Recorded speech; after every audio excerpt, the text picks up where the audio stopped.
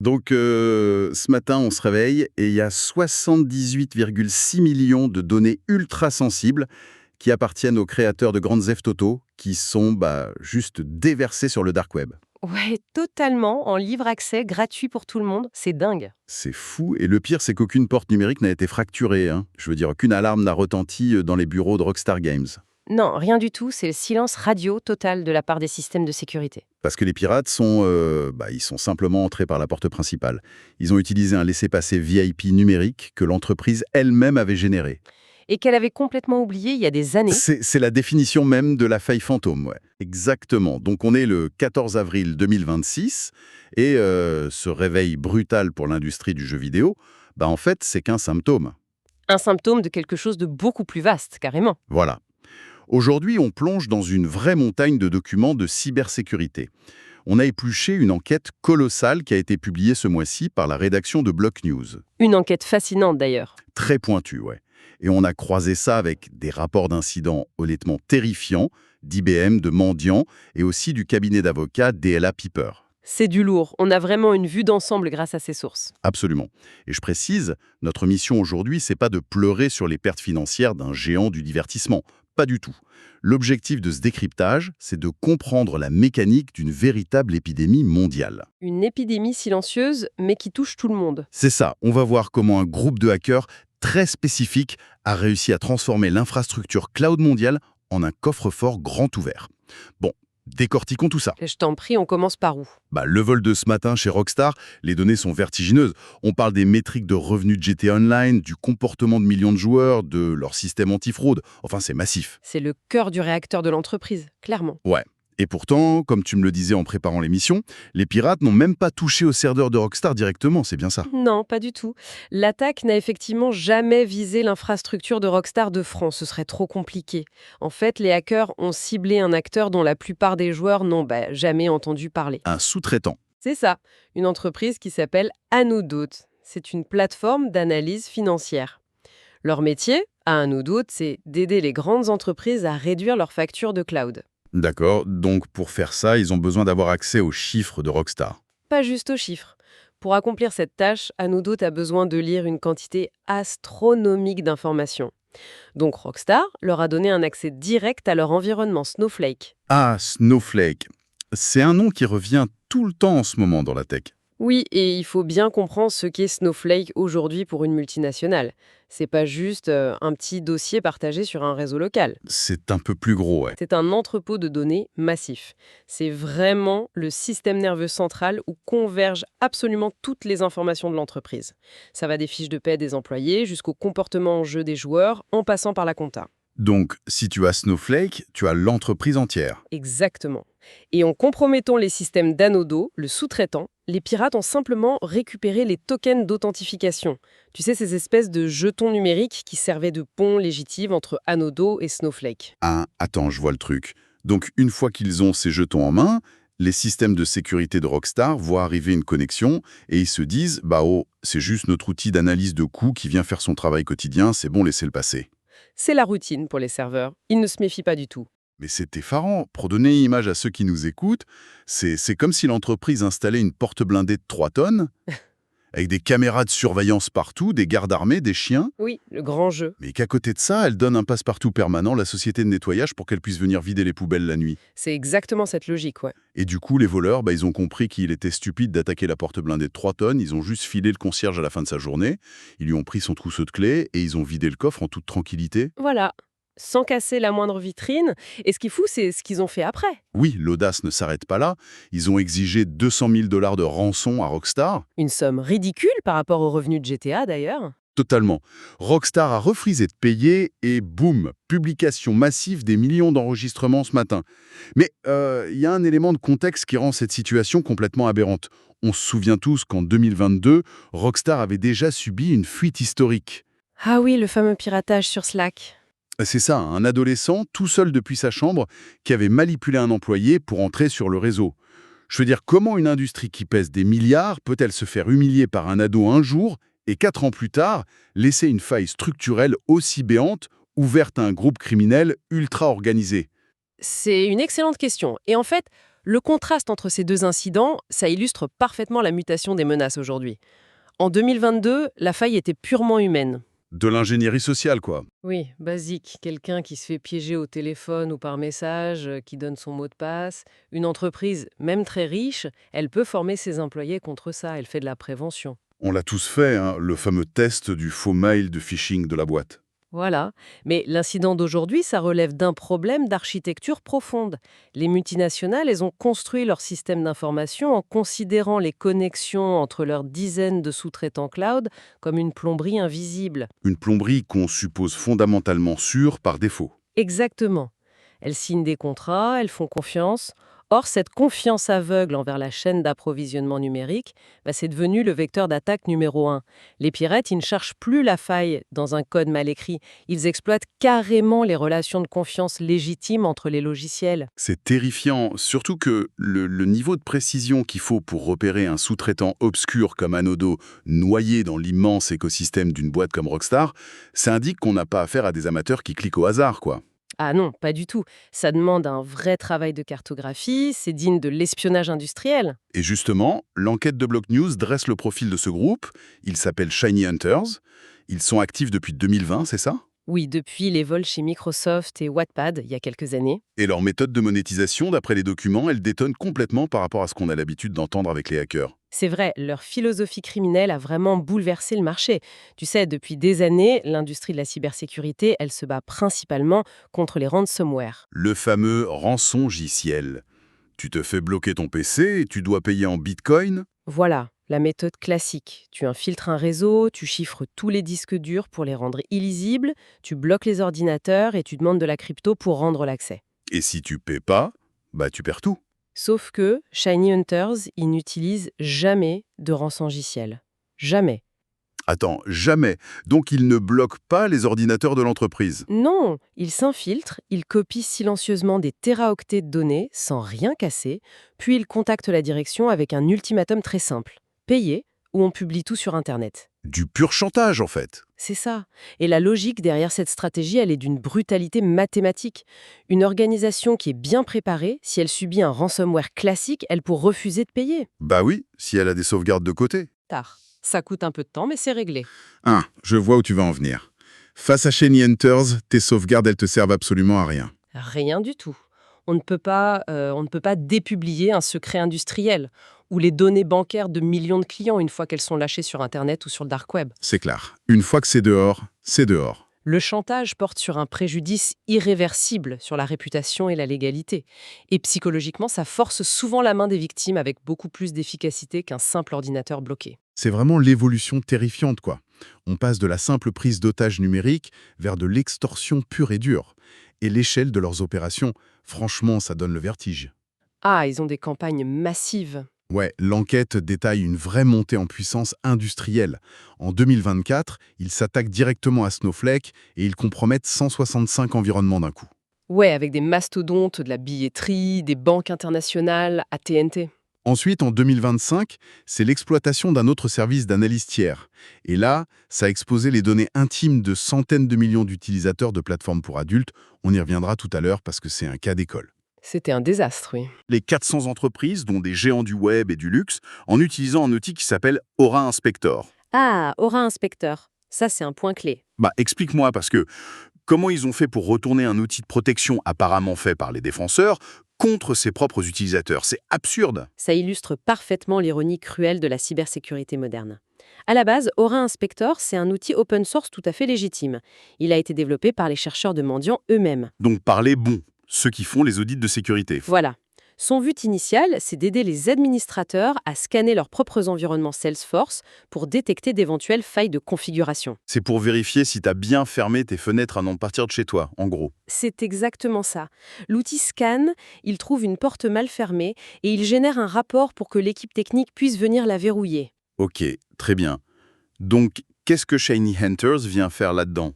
Comme le code est public, les ingénieurs de Shiny Hunters ont récupéré ce code source et ils l'ont modifié en profondeur. Ils ont transformé cet outil de diagnostic en une arme d'exploitation totalement automatisée. Oh, l'enfer. Ouais. Le nouveau script, il ne se contente plus de signaler que la porte est déverrouillée. Il l'ouvre, il entre, il identifie quelles sont les bases de données les plus précieuses à l'intérieur, il génère des liens de téléchargement très discrets et il siphonne les données vers des serveurs obscurs. Sans que personne ne voit rien. Et le tout à une vitesse fulgurante. Le script modifié scanne des milliers d'infrastructures simultanément sur le web. En fait, ils ont industrialisé l'exploitation en se servant directement de l'ingéniosité des défenseurs. C'est brillant. Enfin, c'est glaçant, mais techniquement, c'est brillant.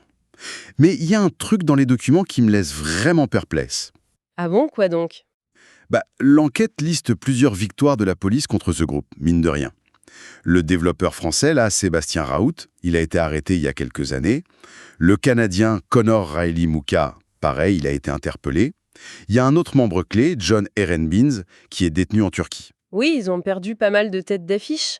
Voilà, dans n'importe quelle organisation criminelle classique, je sais pas, une mafia, un cartel de drogue, quand tu neutralises les architectes et les lieutenants, l'organisation, elle s'effondre. Ou au moins, elle perd sa capacité d'innovation. Mais là, la machine continue de tourner et elle déploie des outils de plus en plus sophistiqués, comme on vient de le voir.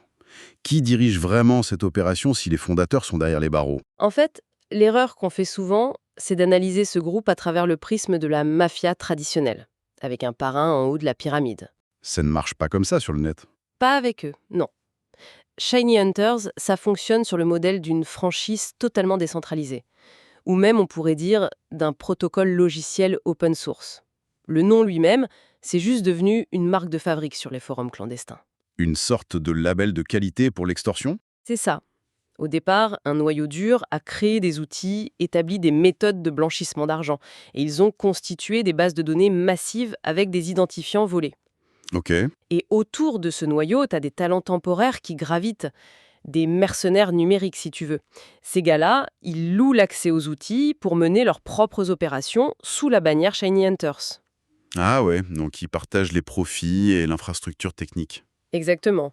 Donc si la police arrête un affilié en France ou même un créateur d'outils au Canada, la base de code, elle existe toujours en ligne. Le code ne va pas en prison, quoi. Voilà. Un autre acteur anonyme, n'importe où dans le monde, reprend la franchise. Il déploie le script modifié de Ren Spector qu'on évoquait et il continue le travail. L'infrastructure criminelle a atteint un niveau de résilience qui dépasse complètement les capacités d'intervention de la police basées sur les simples arrestations. Une vraie hydre numérique. Tu coupes une tête, il y en a 3 qui repoussent avec un nouveau code source. C'est exactement l'idée, ouais. Mais du coup, cette capacité de nuisance décentralisée, ça nous amène directement à regarder l'état de notre propre terrain de jeu, l'infrastructure technologique mondiale.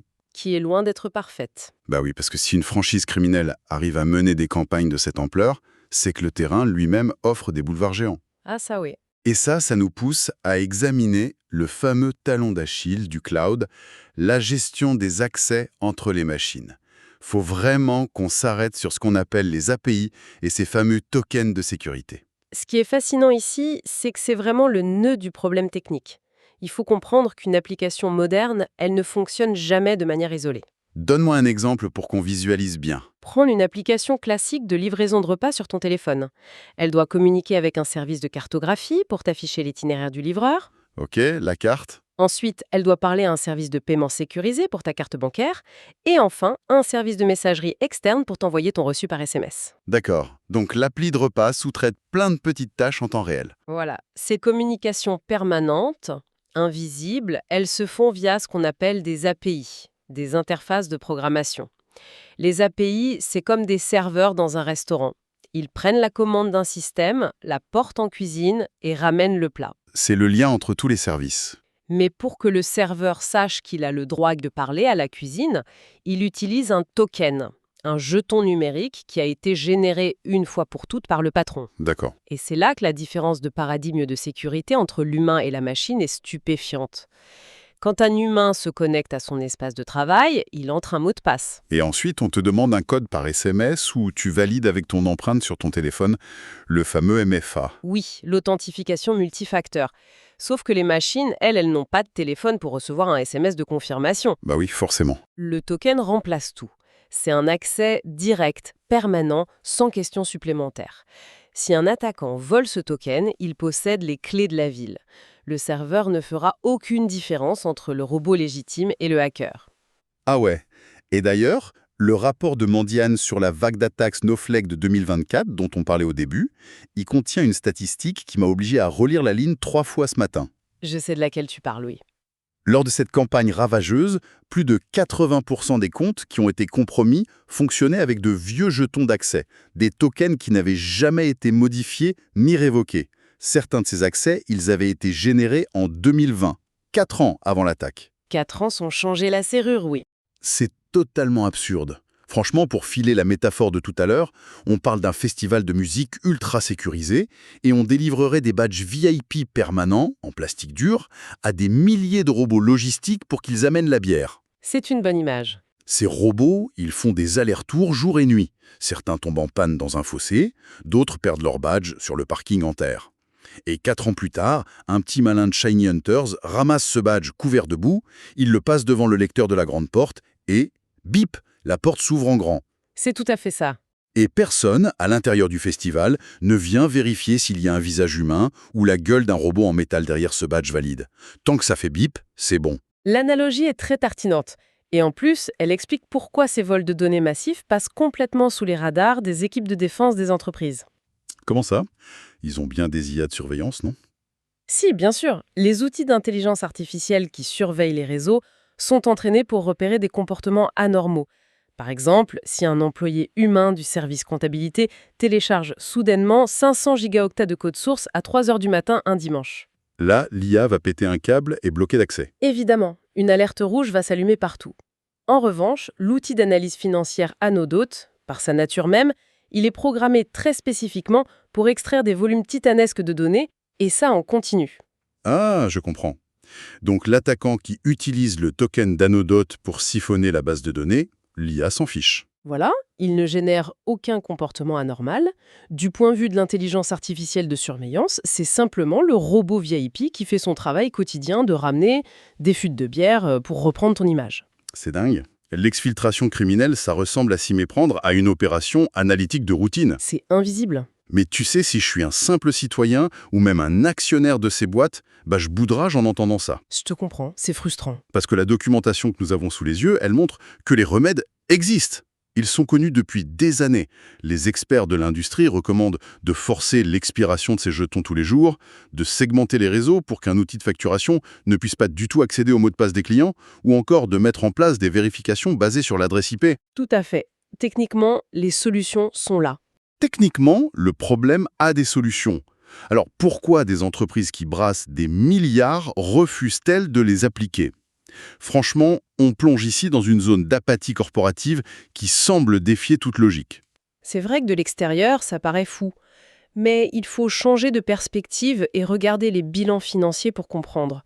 Le rapport d'IBM est crucial sur ce point de l'inertie. Vas-y, donne-nous les chiffres. En 2025, le coût moyen mondial d'une violation de données, d'après eux, s'établit à environ 4,4 millions de dollars par incident. 4,5 millions de pertes pour l'entreprise en moyenne. C'est ça.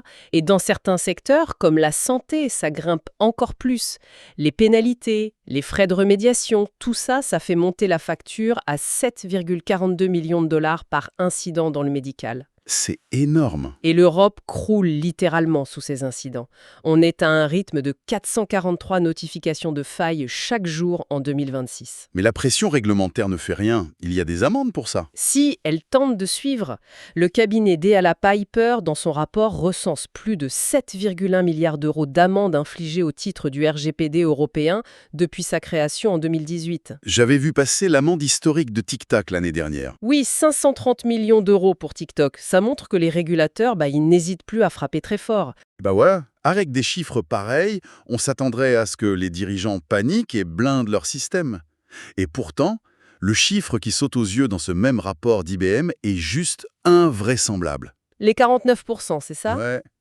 49% des organisations qui viennent tout juste de subir un piratage ne prévoient aucune, mais alors aucune, augmentation de leur budget de cybersécurité pour l'année suivante. La moitié d'entre elles font l'autruche, oui. Elles se font piller, leur nom est traîné dans la boue dans la presse, elles risquent des amendes colossales, et la réaction de la direction, c'est de fermer le portefeuille. le géant des télécoms AT&T, ils sont allés jusqu'à payer discrètement une rançon de 370 000 dollars à un affilié de Shiny Hunters l'année dernière, plutôt que d'affronter une fuite. Comment un conseil d'administration peut-il considérer cette passivité comme une décision saine et rationnelle? C'est du cynisme, mais c'est du cynisme financier. La rationalité de cette décision, elle se trouve dans la gestion du risque à très court terme. Explique-moi ça, parce que là, je bloque. Imagine une multinationale. Son architecture informatique, elle a été construite il y a 10 ou 15 ans par des équipes d'ingénieurs qui ont depuis quitté l'entreprise. Personne ne sait exactement comment ça marche en dessous. Le fameux code spaghetti, on n'y touche pas, sinon tout s'écroule. Exactement. Et des milliers de processus critiques dépendent de ces vieux tokens de 2020 qui communiquent dans l'ombre. Décider de réformer cette architecture pour imposer une authentification forte entre les machines, ça demande un travail titanesque. Faut tout reprendre de zéro. Il faut auditer chaque connexion, réécrire le code de centaines d'applications internes et surtout forcer tous tes partenaires externes à changer leur propre système pour s'adapter à toi. Le coût direct de ce chantier, c'est pas 4 millions, ça se chiffre en dizaines de millions de dollars. D'accord. Le coût de réparation dépasse le coût de l'amende potentielle. Voilà. Et surtout, le véritable cauchemar pour un directeur général, c'est le risque de panne. Couper les vieux accès sans avoir cartographié parfaitement tout le réseau avant, ça garantit de bloquer accidentellement des processus vitaux de l'entreprise. Du genre, tu fermes une porte et oups, plus personne ne peut payer sur le site. Exactement. Les chaînes logistiques s'arrêtent, les paiements des clients échouent, et là, le cours de l'action s'effondre dans la journée. Donc, face à l'alternative, soit déclencher une paralysie certaine de l'entreprise aujourd'hui en faisant des travaux, soit risquer une hypothétique faille à 4,4 millions de dollars dans 2 ans. La plupart des dirigeants choisissent le risque futur. Bien sûr, ils provisionnent des fonds pour payer les futurs avocats, ils achètent des polices d'assurance cyber-risque beaucoup plus chères, et ils acceptent le piratage comme un simple coût opérationnel inévitable. C'est devenu une taxe comme une autre en fait. Mais c'est un calcul hyper cynique dont le prix final est payé par nous, les utilisateurs. Parce qu'au bout de cette immense chaîne de négligence, de ces API mal configurés et de ces budgets refusés, il y a la vie privée des individus. C'est le dommage collatéral systématique. Et les acronymes techniques, ils ont tendance à masquer la violence de l'impact réel. Moi, ça me rappelle directement ce qui s'est passé en 2025 avec la plateforme pour adultes Pornhub. Ah oui, le cas d'école dont on parlait, une catastrophe en termes de vie privée. Plus de 200 millions de personnes ont vu leurs historiques de recherche les plus intimes, leurs habitudes de visionnage et les données de géolocalisation de leur téléphone complètement aspirées et exposées sur le net. Des vies gâchées en quelques secondes. Et le vrai scandale dans cette histoire, c'est que ces utilisateurs, ils n'ont pas été compromis par la plateforme qu'ils visitaient directement, mais par une entreprise d'analyse de trafic nommée Mixpanel. Une boîte que 99% d'entre eux ignoraient totalement. Ils n'avaient jamais entendu ce nom. Nos données sont emballées, copiées en douce et envoyées dans des chaînes de sous-traitance invisibles sur lesquelles on n'a strictement aucun contrôle et qui refusent d'investir pour se sécuriser. C'est le problème fondamental du cloud actuel. La chaîne de responsabilité totalement rompue. On n'est plus du tout maître de nos clics. Non, le consentement que l'utilisateur donne en cliquant « J'accepte » sur un service initial, il se dissout dans un vaste réseau de prestataires cloud. Ces entreprises considèrent la donnée intime comme une simple marchandise, des 1 et des 0 qui transitent par des tuyaux pour eux. Franchement, face à cette faillite systémique, tout ce qu'on a vu aujourd'hui m'amène à une réflexion qui dépasse le cadre strict de l'informatique. Je t'écoute. Si l'industrie entière a capitulé en acceptant que les brèches fassent juste partie du paysage, comme une taxe, et si l'histoire récente de Rockstar à Mixpanel prouve que n'importe quelle murale finira par céder parce qu'un énième sous-traitant aura laissé la clé sous le paillasson, alors notre approche est peut-être fondamentalement obsolète. C'est-à-dire ? On passe notre temps et des milliards de dollars à essayer de renforcer le conteneur. On construit des coffres-forts toujours plus épais pour stocker de l'eau. Mais si le coffre fuit toujours, le problème, c'est pas l'épaisseur du métal. Le problème n'est-il pas la nature même de l'eau que nous y mettons? L'idée de repenser la nature de la donnée plutôt que la forme du périmètre de sécurité, c'est vraiment l'un des chantiers théoriques les plus stimulants de ces dernières années. Imaginons un instant une nouvelle ère technologique. Une ère où l'on cesse de concevoir la donnée comme un objet inerte et éternel que l'on peut entasser dans des entrepôts Snowflake pendant des décennies. Ce fameux concept de données radioactives. Exactement. Et si la donnée devenait structurellement périssable, un petit fragment d'information qui s'autodétruit ou qui se transforme en bruit blanc illisible dès l'instant précis où il est extrait de son écosystème natif. Si on y arrive techniquement, ça change tout.